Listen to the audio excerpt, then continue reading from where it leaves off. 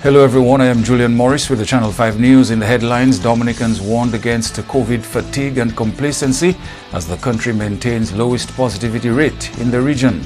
The Alternative People's Party to convene its first delegates conference in May, and the public told to exercise heightened vigilance at sea in light of increased shark sightings. The details of the news coming up.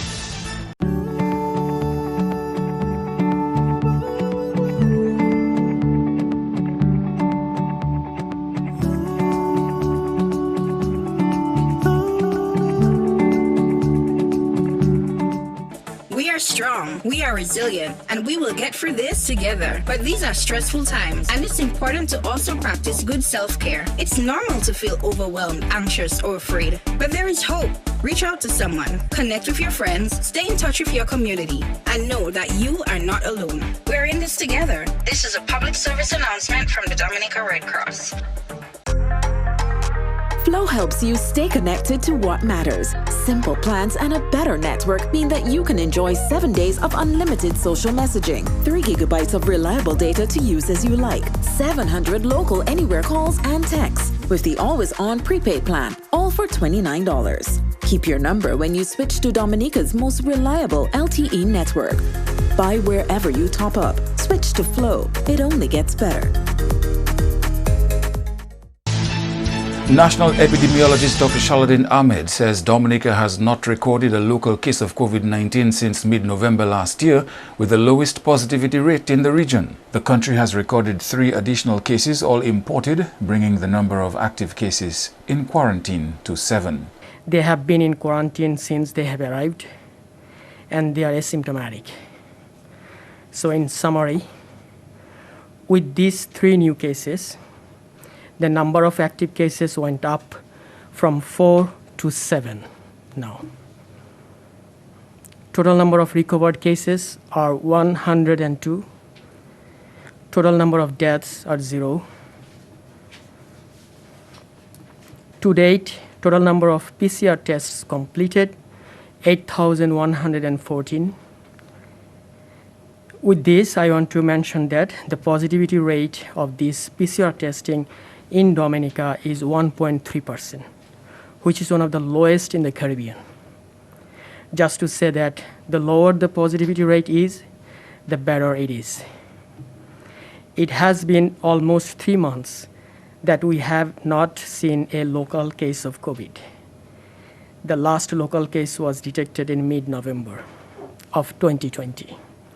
Since then, all positive cases were among the incoming travelers. Dr. Ahmed says if we want to keep the country open and avoid lockdowns, it's imperative that prevention measures are followed. Wearing a face mask while in public. Based on scientific publication, there is a 97% chance of you being safe with a face mask on. Maintaining 6-foot distance. The same study revealed that anything less than 3 feet, there is a 13% chance that you may contract the virus. Maintaining proper respiratory etiquette. That is to say, during sneeze, cover your mouth with a tissue or sneeze in your elbow. Avoid handshaking and touching any surfaces outside of your home. Avoid public gatherings as much as possible. The recent surge of COVID in other Caribbean countries are as a result of mass gathering.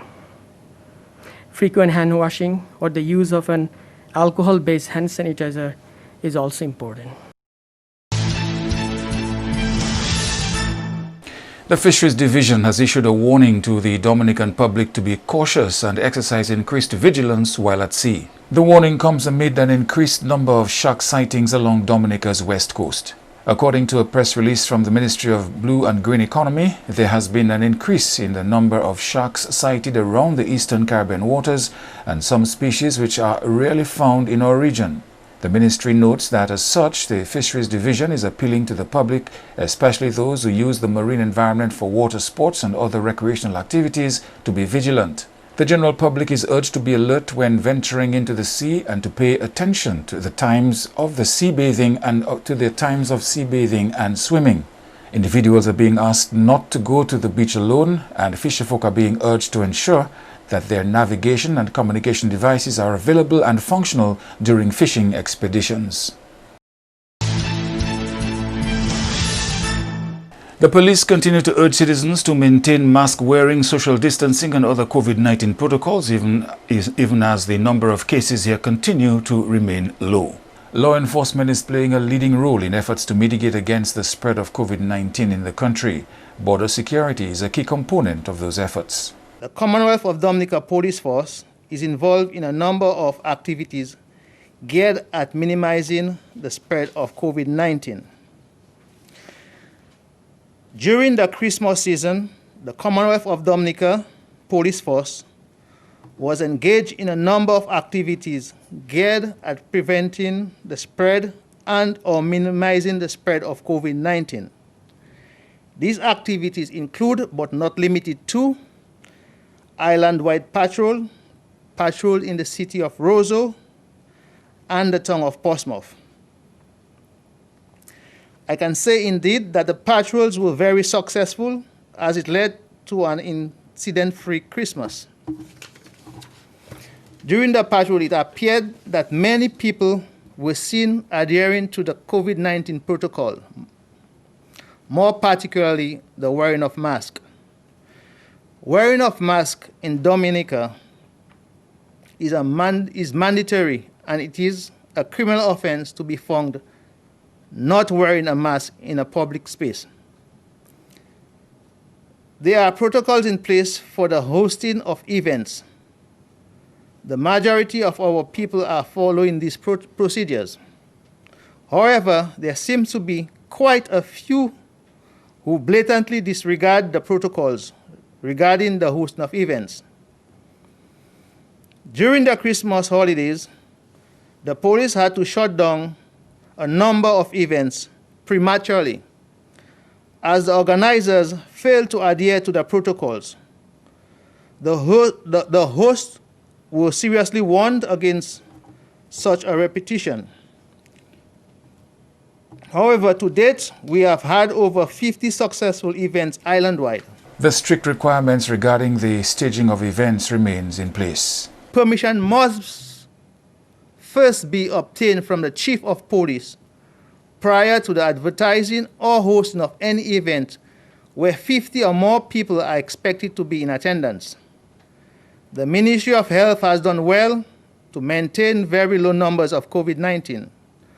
One such measure is the mandatory quarantine requirement. Most of our recorded cases are imported cases, and had it not been for the measures taken by the Ministry of Health, Dominica would be in a similar position to many high-risk countries. Therefore, it is imperative that anyone entering the country adhere to the quarantine requirement and to follow the protocols while in quarantine. It is unlawful for anyone to breach the quarantine protocols. The Commonwealth of Dominica Police Force pledged its continued support to enforcing the laws of Dominica. Therefore, I urge all of us to adhere to the COVID-19 protocols and the measures put in place to prevent the spread of COVID-19. Together, we must work to achieve. Government has advanced its efforts at modernizing the Public Procurement Act of 2012. The draft Public Procurement and Disposal of Public Property Bill 2021 is now accessible online for public scrutiny and feedback from stakeholders. The Government of Dominica has published the draft Public Procurement and Disposal of Public Property Bill 2021, which is intended to replace the Public Procurement and Contract Administration Act of 2012. The 2021 draft bill seeks to modernize public procurement underpinned by principles of integrity, accountability, transparency, and attaining the best value for money. The draft Public Procurement and Disposal of Public Property Bill 2021 can be viewed on the government's website at www.dominica.gov.dm. Under the subject heading Bills for Review, stakeholders, including the general public, are invited to review the draft bill and sending the feedback to the Acting Financial Secretary, Ministry of Finance, 5th floor, Financial Center, Kennedy Avenue, Roseau, or email to finsecfinance@dominica.gov.dm. That is FINSECFINANCE@dominica.gov.dm. The deadline for receiving feedback is February 2nd, 2021. And Saturday, 22nd May, the date set for the first ever delegates conference of the Alternative People's Party. Here's Andrea Louis with more. The Alternative People's Party, Dominica's newest political party, was formed on 12th January 2020 and officially launched to the public on 11th May last year. The party is headed by a 4-woman executive consisting of a president, a financial officer, a women and youth outreach executive, and an administrative assistant. During a press conference on Tuesday to mark the APP's first anniversary, Interim President Tahira Blanchard said a delegates conference scheduled for May will see the election of a leader and an executive. We are the interim executive, and that will be until our first delegates conference in May. At our delegates conference, the people would have the opportunity to vote and decide, who they would like to become the actual executive arm of the party, and that also includes who will become the leader of the Alternative People's Party. Though the party is only 1 year old, Blanchard says providing a full slate of candidates to contest the next general elections is not off the cards. It's a bit early to decide as to whether we would be contesting all 21 seats. However, with the groundwork that we've done, we know that identifying 21 people who would be interested in standing up on behalf of the people is something that is very easy. We have a lot of people who are supportive of the party, the main reason being because APP puts people first, and we still have a Dominica with people that are interested in the progress of others. So I can say, in terms of being able to identify and being able to have 21 individuals who would be willing to commit as candidates, yes, this is something that APP can certainly accomplish. As regards the school of thought that Dominica is too small for 4 political parties, Blanchard begs to differ. I don't think that there is an issue whether there are 2, 3, 4, 10 political parties.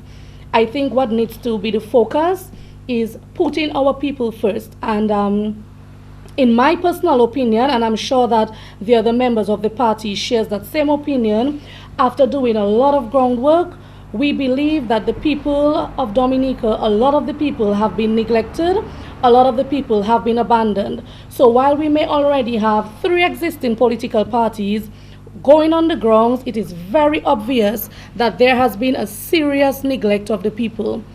As long as there has been a neglect of the people, there is nothing wrong with having 10 more political parties, as long as their aim is to meet with the people and to improve the lives of the people. The APP's delegates conference, scheduled for 22nd May, will take place in Glanville, Portsmouth. Andrea Louis, Channel 5 News. You are watching Channel 5 News. We'll have more after this.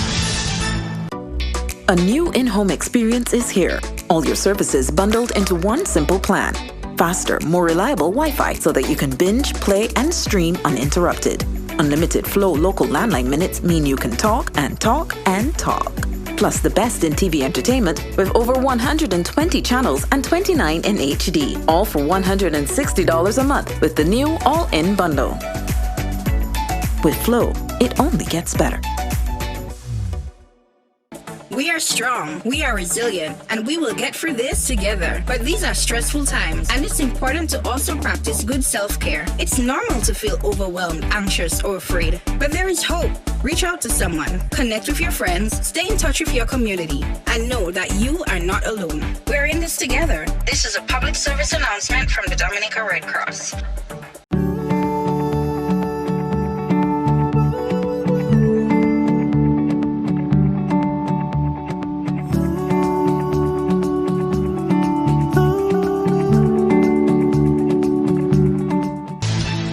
A waste disposal project for the Kalinago territory is on the cards for 2021. Here's Andrea Louis with more. General Manager of the Dominica Solid Waste Management Corporation, Florian Mitchell, says the Kalinago Zero Waste Project is a pilot project in the country targeting waste disposal methods in the Kalinago territory. The project is being supported by the OECS, with the Ministry of the Environment also coming on board as a sponsor. And the concept basically is a waste diversion. So how can we reduce the waste within that space, the Kalinago space? How can we separate? How can we recycle? How can we compost? And that will help us reduce on the amount of material that is being transported to the focally sanitary landfill. The project, we will see bins being provided to the Kalinago territory for residential waste collection. We will also see bins provided for recycle collection. And we will also see the establishment of a facility for compost, so you could all the organic material remain in the territory, and that will create some form of revenue for people within the Kalinago territories. There are already plans to replicate this project in other parts of Dominica, which is dependent on its success in the Kalinago territory. Based on the success of that project, we want to replicate it. I'm already having discussion with the power for the Granby constituency, so he heard of it, he loved the idea, so we're looking at to see how we could tweak a project suited for Granby. Again, waste diversion is something that we are very much interested in 2021 to help improve on waste diversion. As you know, we have one landfill, and if we can, it is our intention in 2021 to see if we could reduce 65% of the waste coming to the landfill. I mean, it's a high number, but your waste basically is packaging in nature. 90% of your waste is packaged in nature. And if we can develop and implement the programs that we want to, we should be able to achieve it. In addition to these community-specific projects, there are other plans on the cards to help improve overall waste management in Dominica. Under the enhanced storage within communities, we have several components under that one project. So what you see in the Roseau City Center, I mean, we spoke about it last year, and with support from NAO and again the Ministry of Finance. Every residential home, not commercial, in Roseau will be provided, Roseau City will be provided with a bin. So if you are traversing to the city, you will not see garbage on the side of the road. From the household, you will see a nice bin being put out. And again, another component of that will be through the OECS Rimlet, the litter bins that we have, again, we will be replacing them, and we will be implementing a bin that fosters separation. Coordinator of the Border Reopening Program, Dr. Laura Esper, is calling on Dominicans to be on guard against COVID fatigue and to maintain vigilance in light of the pandemic. Dr. Esper is encouraging citizens to take the COVID-19 pandemic seriously, value their lives, and listen to the authorities. Place a high value on life. Although the precautions you are taking may be inconvenient to you, remember they protect you and your family's lives. Number 2, listen to the authorities. When we follow their safety guidelines, we demonstrate that we really care about ourselves and our neighbors. And number 3, do not develop a casual attitude. As the situation stretches on, the tendency to be casual is tempting. But please do not lower your guard. Esper says this is no time for a casual attitude about the pandemic. It really takes effort to maintain vigilance and to remain on guard. But think of the personal benefits to you, your families, your communities, or country. Can you imagine losing minimum of 35 relatives in a matter of months? Ignorance should not prevail to entertain thoughts that the virus cannot affect us.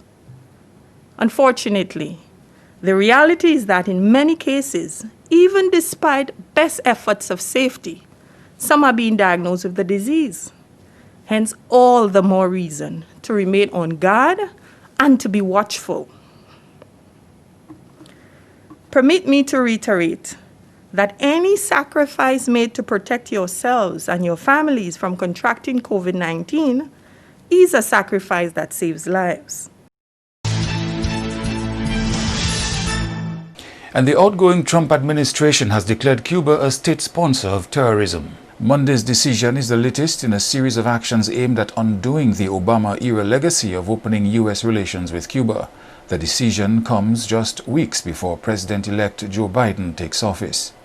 Secretary of State Mike Pompeo said the Trump administration has been focused from the start on denying the Castro regime the resources it uses to oppress its people at home and countering its harmful interference in Venezuela and the rest of the Western Hemisphere. Pompeo said, with this action, we will once again hold Cuba's government accountable and send a clear message.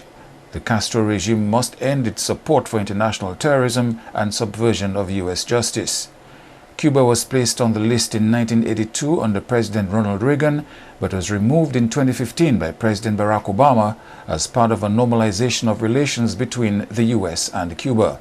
Placing Cuba back on the list before the Trump administration leaves office will place a major roadblock for efforts by incoming Biden officials to return to the Obama-era policy. Groups that favor greater U.S. engagements with Cuba have criticized the announcement.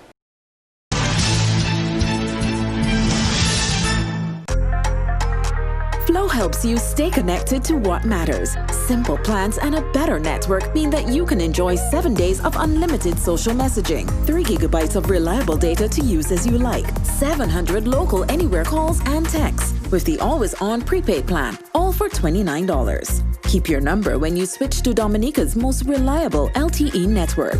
Buy wherever you top up. Switch to Flow. It only gets better.